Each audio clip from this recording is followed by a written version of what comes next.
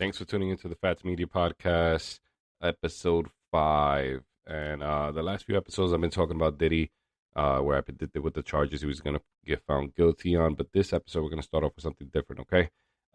So we're going to talk about the Rich and Unemployed Podcast. So the Rich and Unemployed Podcast has been out for a while.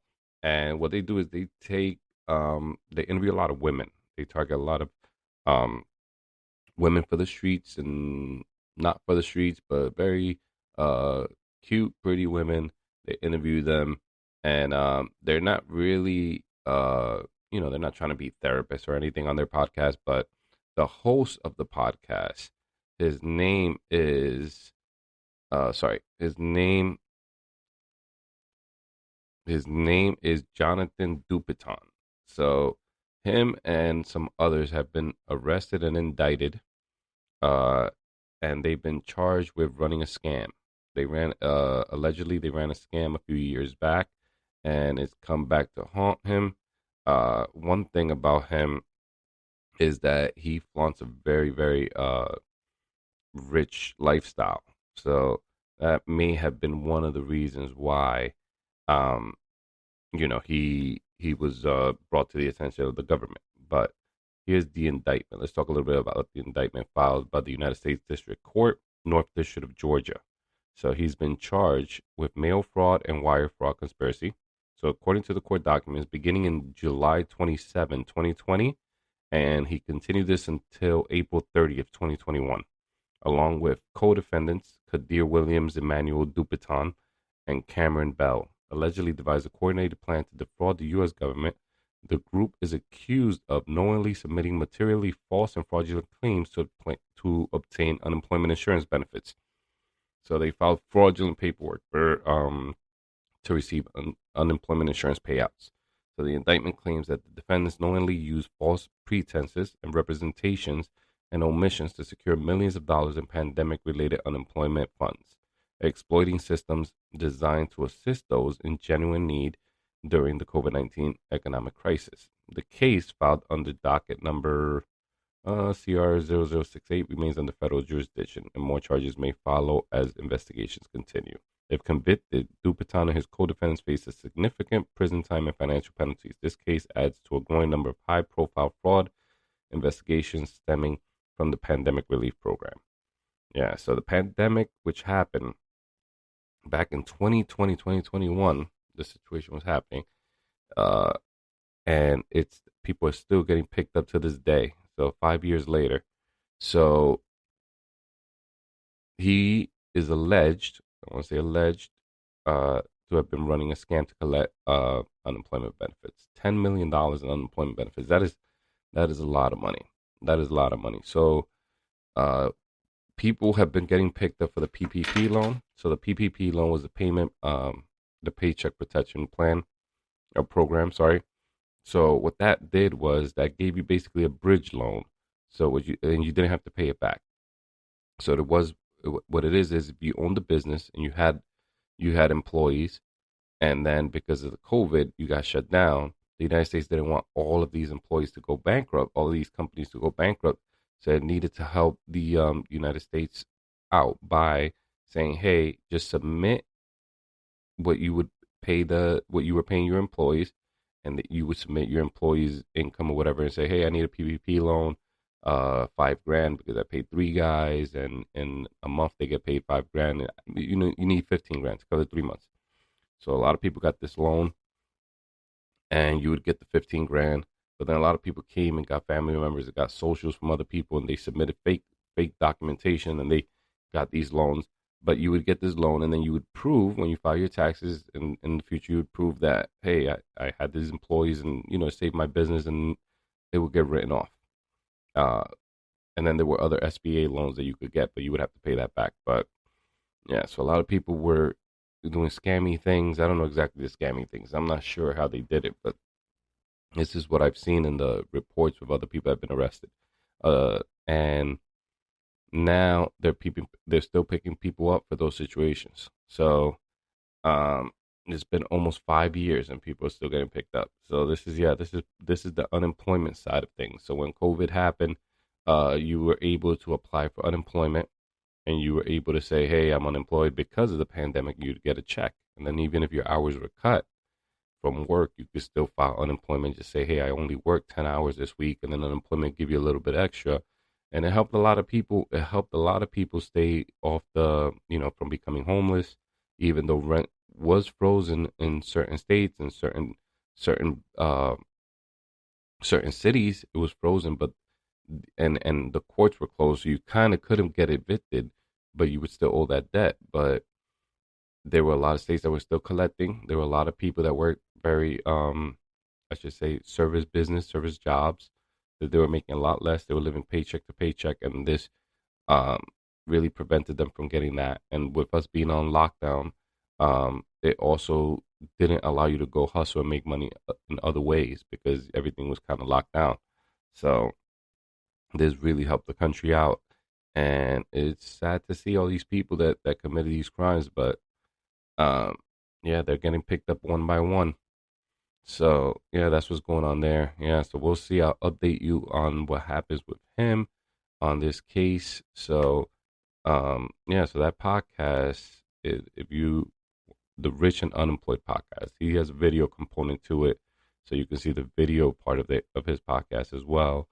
I am going to do a video component to this podcast, but I'm not eager to do that because right now we have a video component for our Fattz Media YouTube channel, and you can see today's rundown show on our YouTube channel, and that is a video podcast.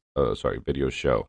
So what's next? So DDG is still beefing with this guy, with Reggie. If you're into live stream Twitch news, DDG and Reggie has been beefing for a few days, and DDG went and mentioned Reggie's dead father, and DDG, who also has a dead family member, he has a dead brother. He went on live, and he said that he, that felt out of character, and that's what he does when he's mad. So he apologized for putting the dead father on there, but he said he's still ready to box Reggie whenever, and he's still F Reggie. So I'll update you on that if anything comes to that. I feel like this is all a play to maybe not a play. I feel like this is genuine, but this is definitely going to end up in some way where they get paid. They're already getting paid off these streams and off these clips, but then when they box, it's going to be a huge payday. So it's definitely going to happen. I feel like this is like inevitable. So what else? So now the Diddy verdict, let's go a little quick on the Diddy thing. I just saw I'm scrolling and I can see a lot of people talking about Diddy and supporting Diddy all of a sudden. Nobody showed up to court though. I just want to bring that up. The only person that showed up to court, famous person, was Kanye West. That one that everyone called crazy as the only person showed up to court, famous person. Fat Joe never showed up to court. Fat Joe does not even bring him up in his podcast. Academics who talked about him and did a whole live stream never once showed up to court. I mean, they don't have a relationship, so that's fine. And actually, Diddy actually wanted to seek Academics when Academics was bashing his girlfriend, so I understand that. But there's a whole bunch of other people that should have shown up to court that did not. And that just shows you got nobody but yourself, people. So when you want to get something done, get it done yourself. Don't expect anybody to help you. When they do, you should appreciate it because they don't have to do that. You should appreciate that and acknowledge that, and then that's it. And then keep it moving. All right, so life advice for you. What else? Fat Joe's lawsuit. So Fat Joe has a lawsuit. Let's segue over to Fat Joe. He has a lawsuit with a former hype man that he had named TA, who was his hype man for over 13 years. TA was running on the road, getting paid $100 per show, allegedly writing Fat Joe's rhymes for multiple albums, and not getting any credit for it, not any publishing, and just getting money here and there. And he has filed a huge lawsuit, and Fat Joe has fired back with a counter-suit of his own, saying that this is a stunt, and they've actually counter-sued the lawyer as well. They've sued the lawyer. The lawyer that TA got is a lawyer that's been known for filing a lot of lawsuits, and when he files the lawsuit, he makes the paperwork very thick and very salacious so it can get picked up by the news headlines. So that does not mean that these lawsuits are not real, that they're not, that there's no truth to it, but this is what they're using to say, hey, this lawyer's always doing this, and they have filed a lawsuit against him. Now, another thing that they did was the process server that went to file the sorry, to serve the lawyer, a TA's lawyer went to serve the lawyer the paperwork to say that he's being sued. Um, the lawyer had took off on him. He drove off, and the process server said that he tried to run him over. So and he went and got arrested. So they went and put out an arrest warrant for the lawyer and arrested the lawyer. The lawyer has been released, and he's saying that this is all a scam orchestrated by by Fat Joe's lawyer, and that he never tried to run anyone over. But I'll update you on the news on that. But that's what's going on there with the TA Fat Joe situation. There's really no other news that can come out of that unless they do a settlement.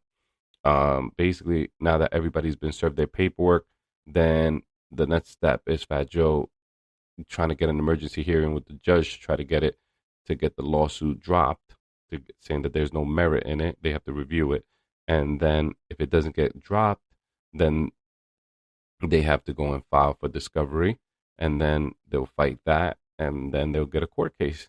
And if everything goes through, normally people just settle before the court case even starts. But Fat Joe has been known to continue fighting, and then because he had a situation with his former artist Big Pun's wife, the late Big Pun, and he had a legal situation with her, and he refused to settle, and he continued on with that lawsuit. So we'll see. So he is part Cuban, and he's gonna fight. Let's see what happens there.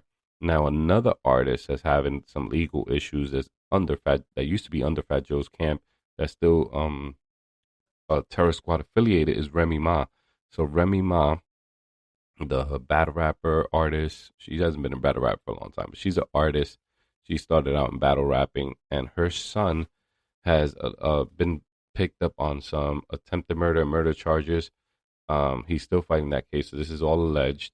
And she showed up to court, and when she showed up to court, when she was on the court steps, the person that was killed allegedly by her son and a friend, she was coming up and she was recording Remy Ma, and they were screaming at each other back and forth.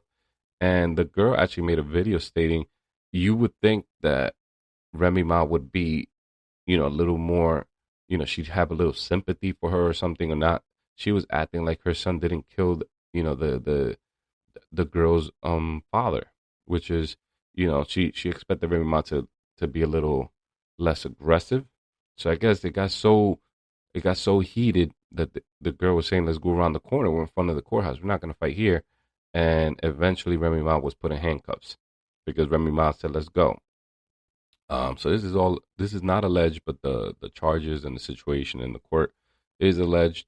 There is video footage of them putting Remy Ma in handcuffs. I don't believe I'm not sure if she was taken in, but once you get the handcuffs actually go on you, then you're officially under arrest, and you have to go in and get cited. So you'll go get a ticket of some sort, disturbing the peace, something like that, something because it was in front of a court case, and there's video footage. So we'll see what happens with that.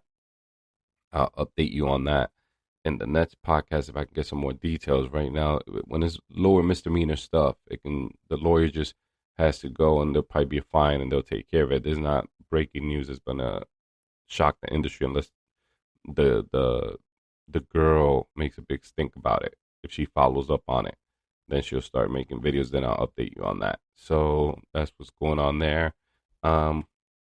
So I will end it right here. And I will end it right here. Thanks for listening.